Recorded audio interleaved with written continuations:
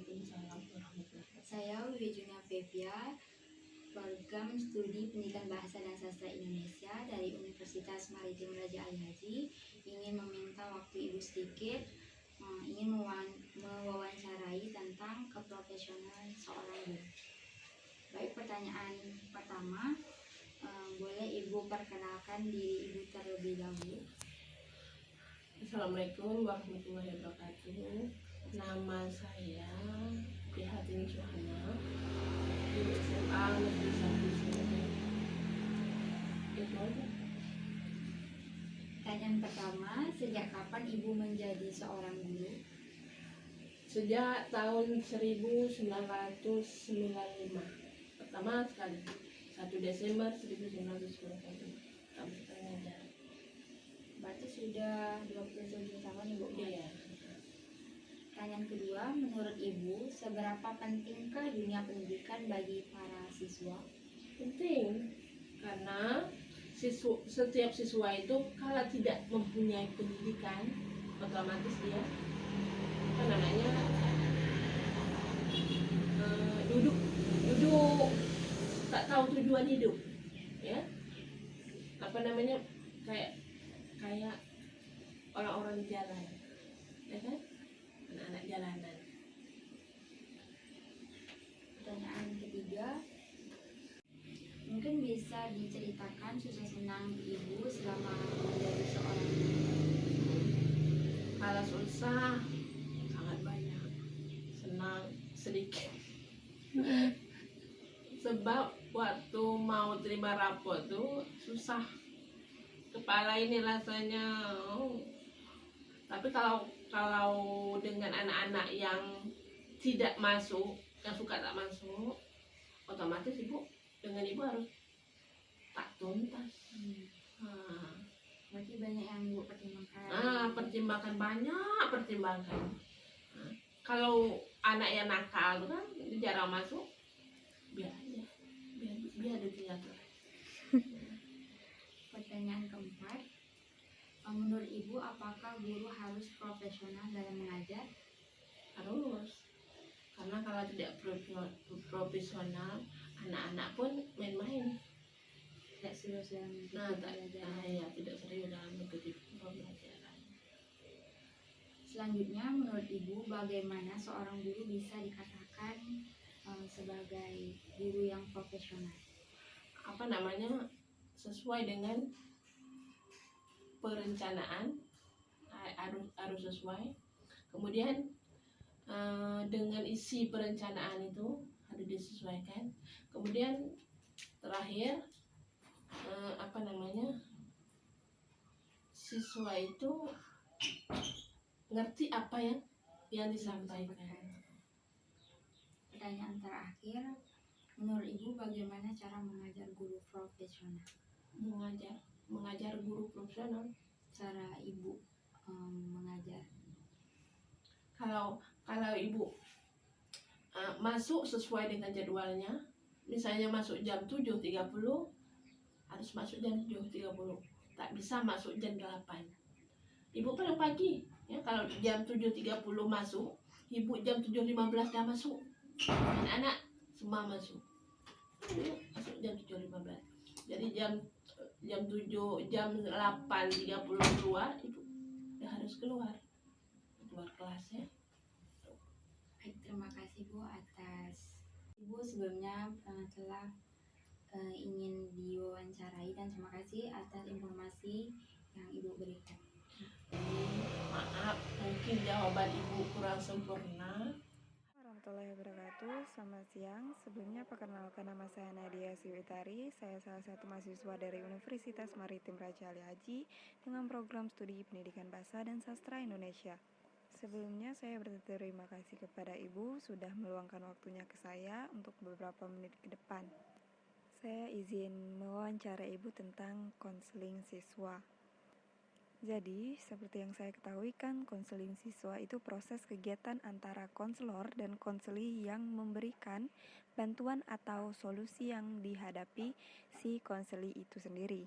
Nah, menurut Ibu, bagaimana cara Ibu mengatasi permasalahan pada siswa? Baik, jadi yang harus dilakukan adalah berusaha memberikan solusi yang tepat untuk mengatasi permasalahan pada siswa tersebut. Caranya bagaimana? Yang pertama yaitu kita sebagai guru harus berkomunikasi dengan siswa tersebut.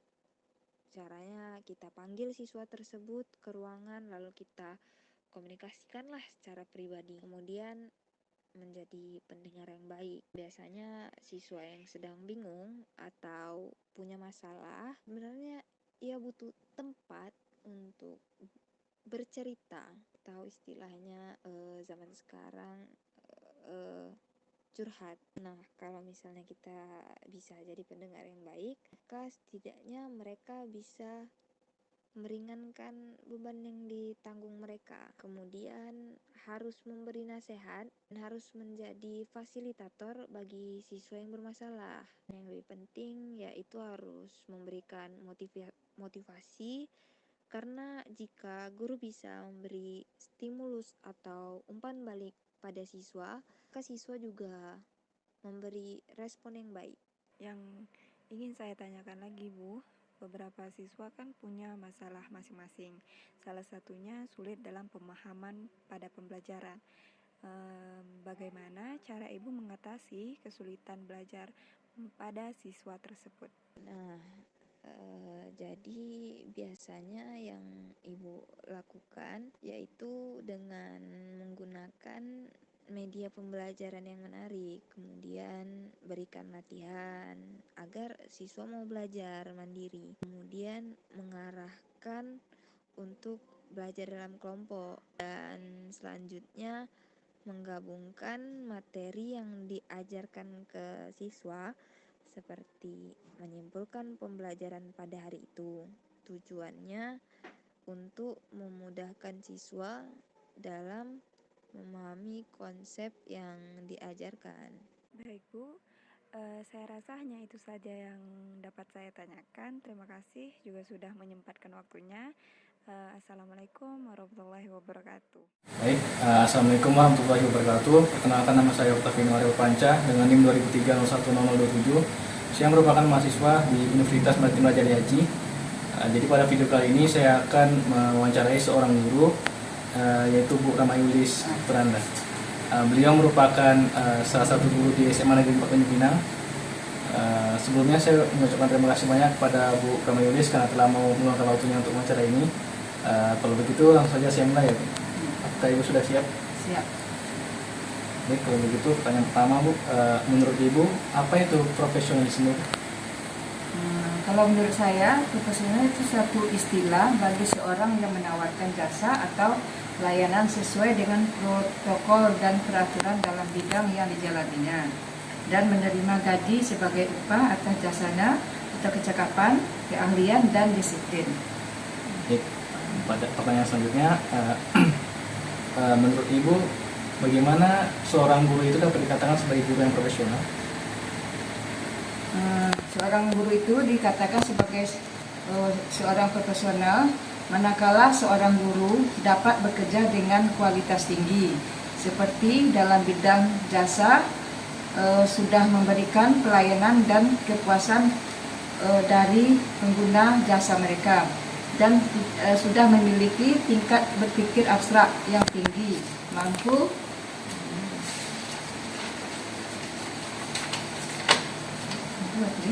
mampu merumuskan konsep, menangkap, mengidentifikasi, dan memecahkan berbagai macam persoalan yang dihadapi dalam tugas. Pertanyaan selanjutnya, menurut Ibu sebagai seorang guru, hal-hal apa saja yang perlu diperhatikan agar pembelajaran itu menjadi efektif? Sebagai seorang guru, hal-hal yang harus diperhatikan dalam pembelajaran menjadi efektif. Pertama, memahami materi yang akan dijelaskan. 2. Tentukan tujuan pembelajaran. 3. Pahami karakteristik siswa. 4. Pilih metode yang pembelajaran yang sesuai dengan materi. Selanjutnya, Bu, menurut pandangan Ibu, bagaimana kondisi pendidikan di Indonesia sekarang ini?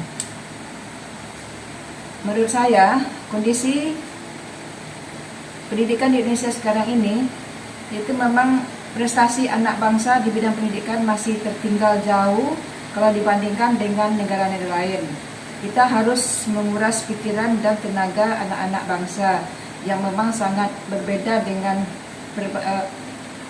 berbeda dan harus diperbaiki kondisi pendidikan dari waktu ke waktu. Dan pendidikan Indonesia sudah cukup mulia, yaitu sudah membentuk pribadi manusia yang berakhlak dan bertakwa kepada Allah Subhanahu wa taala.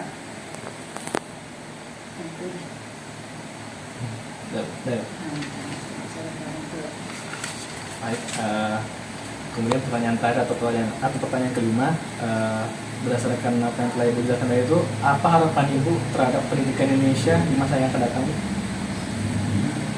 Harapan saya sebagai seorang guru, tentu kita ingin mengharapkan pendidikan yang lebih baik.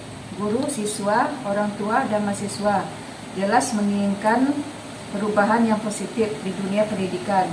Maka dibutuhkan kreativitas dan inovasi untuk kedepannya dalam pendidikan bisa memperbaiki sistem pendidikan yang ada. Bukan hanya sekedar mencari nilai, melainkan juga tentang kualitas dari ilmu pengetahuan yang telah dipelajarinya. Dari dini difokuskan dengan bidang yang kita kuasai. Tenaga sumber daya manusia atau SDM pasti bisa bersaing dengan pihak luar.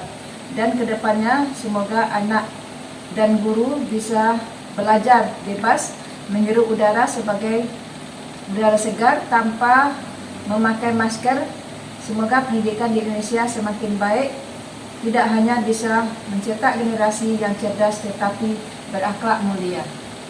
Baik, 5 pertanyaan sudah terjawab dengan sangat jelas. Terima kasih kepada Bu Ramyulis karena telah mau meluangkan waktunya sekali lagi untuk wawancara ini. Kalau begitu saya tutup dengan wassalamualaikum warahmatullahi wabarakatuh. Sekian dan terima kasih. Baik, Assalamualaikum warahmatullahi wabarakatuh. Perkenalkan, saya Radila Agustina dengan NIM 200301058. Saya berasal dari Universitas Maritim Raja Ali Haji, Fakultas Keguruan dan Ilmu Kependidikan, jurusan Pendidikan Bahasa dan Sastra Indonesia. Di video kali ini saya akan mewawancarai Ibu Asdita sebagai guru di SMP Negeri 8 Senayang yang akan mewawancarai mengenai tentang profesi seorang guru dalam tingkat mengajar. Baik, saya lanjutkan saja. Selamat siang Bu, apa kabar? Selamat siang, alhamdulillah baik.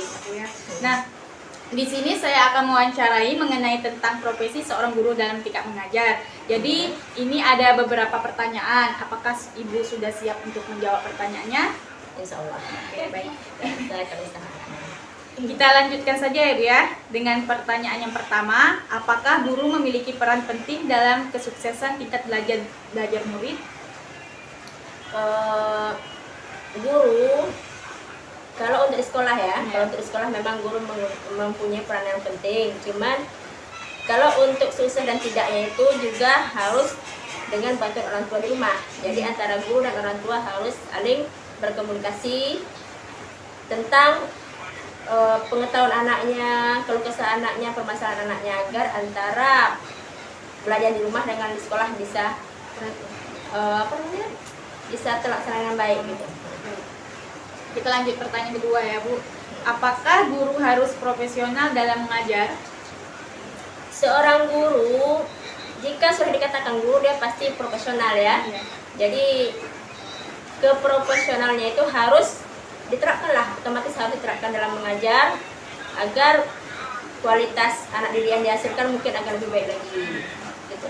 Baik, kita lanjut pertanyaan ketiga. Oke. Bagaimana cara mengajar guru yang profesional?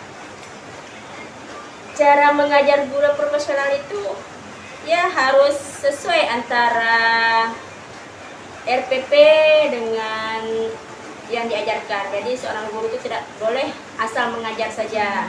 Dia ada pedoman, ada kurikulumnya. Jadi harus sesuai dengan kurikulumnya. Baik, dengan pertanyaan yang keempat, jika guru belum bisa mengolah kelas secara kondusif, apakah guru tersebut termasuk guru yang profesional atau tidak bisa atau tidak gitu, bisa dijelaskan? Maksudnya tidak kelasnya tidak kondusif gitu ya? Iya. Guru yang profesional dengan tidak profesional itu tidak bisa dilihat dari cara dia menciptakan kelas yang kondusif, karena kadang anak itu kan tidak selalu bisa kita atur sekehendak hati kita ya. Kadang ada anak itu moodnya tidak baik atau gurunya tidak baik moodnya, makanya kelas itu tidak bisa tercipta dengan baik pembelajarannya. Maka antara kondusif dan tidaknya kelas itu tidak bisa dikaitkan dengan keprofesionalan seorang guru. Itu tergantung suasana hari itu, seperti itulah suasana belajar. Baik, dengan pertanyaan yang terakhir Bu, Ya. bagaimana cara Ibu agar tujuan pembelajaran Ibu bisa tercapai dan cara penanggulangannya seperti apa? Kalau dalam kegiatan sehari-hari saya di sekolah, kalau ingin tujuan pembelajaran kita itu tercapai, yang pertama ya kita harus menciptakan kelas itu yang senyaman mungkin bagi anak. Terus kita harus bisa menerapkan atau mengganti suasana, misalnya media yang kita ganti atau menggunakan alat peraga lain yang bisa menciptakan rasa ingin tahu anak itu kuat. Nah, jadi anak itu tidak, kalau medianya itu saja, maka anak itu akan bosan kan? Makanya seorang guru itu harus bisa menciptakan suasana baru setiap dia memulai pembelajaran setiap hari itu. Baik Bu, karena 5 pertanyaan tadi udah Ibu jawab semua, Ya. maka berakhirlah wawancara kita pada siang hari ini, dan terima kasih kepada Ibu Asmita yang sudah meluangkan waktu pada hari ini, dan semoga apa yang Ibu jelaskan, apa yang Ibu jelaskan, apa yang Ibu sampaikan, semoga bermanfaat bagi kita semua dan bagi guru-guru yang di luar sana. Dan saya Rajila Gusina, mohon maaf apabila ada kata dan ucapan yang tidak berkenan di hati Ibu. Saya mohon maaf yang sebesar-besarnya, dan saya akhiri wabillahi taufiq wal hidayah. Wassalamualaikum warahmatullahi wabarakatuh. Waalaikumsalam warahmatullahi wabarakatuh. Assalamualaikum warahmatullahi wabarakatuh. Waalaikumsalam warahmatullahi wabarakatuh. Sebelumnya saya ucapkan terima kasih kepada Ibu Cetri Deviana SPD karena bersedia melakukan wawancara bersama saya. Di sini saya akan sedikit mewawancarai Ibu mengenai keprofesionalan seorang guru. Di sini saya akan menanyakan pertanyaan kepada Ibu. Yang pertama, apa tanggapan Ibu mengenai keprofesionalan seorang guru? Jawab ya. Jadi profesional itu merupakan sesuatu yang berhubungan dengan profesi atau yang memerlukan keahlian khusus dalam menjalankan pekerjaan tertentu. Salah satunya adalah guru, contohnya Ibu ya. Jadi keprofesionalan sangat penting untuk bisa dipenuhi oleh setiap guru yang mengajar di sekolah agar dapat melaksanakan tugas dengan baik, sehingga dapat mengantarkan para siswanya menjadi orang-orang yang cerdas serta memiliki keterampilan. Guru merupakan faktor yang mempengaruhi berhasil tidaknya proses pembelajaran tersebut.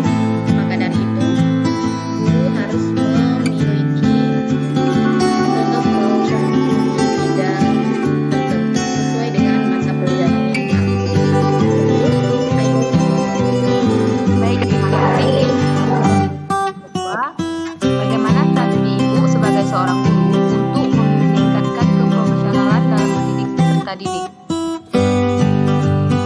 Strategi Ibu sebagai guru untuk meningkatkan keprofesionalan dalam mendidik peserta didik diantaranya harus Ibu memahami visi dan misi pendidikan nasional. Jadi kita harus tahu dulu apa visi dan misi pendidikan nasional. Lalu memahami konsep perkembangan psikologi peserta didik yang kita hadapi. Selanjutnya mempelajari bagaimana cara mentransfer ilmu pengetahuan kepada peserta didik secara efektif. Jadi kita harus belajar dari, kalau sekarang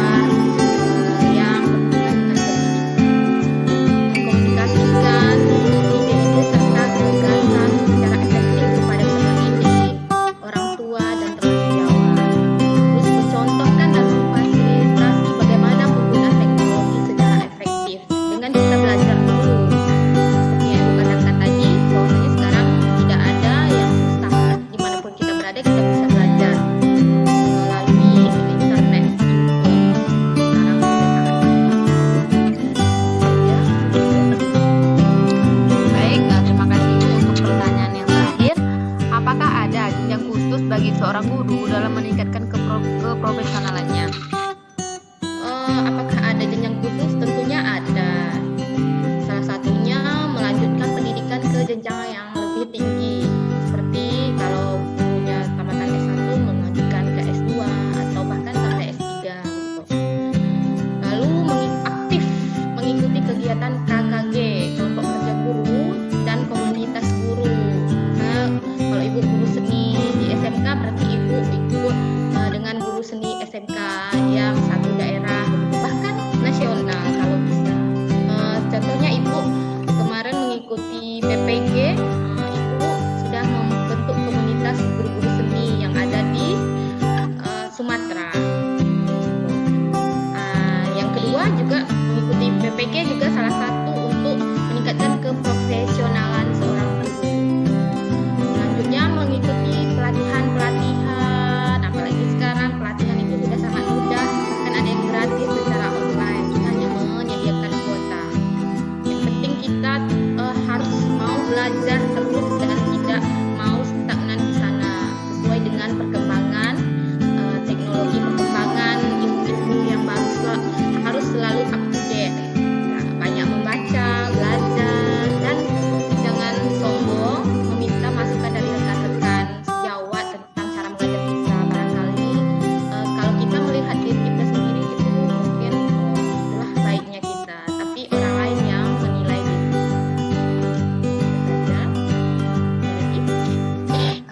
Baik, terima kasih sudah ditanyakan kepada Ibu. Saya ucapkan terima kasih.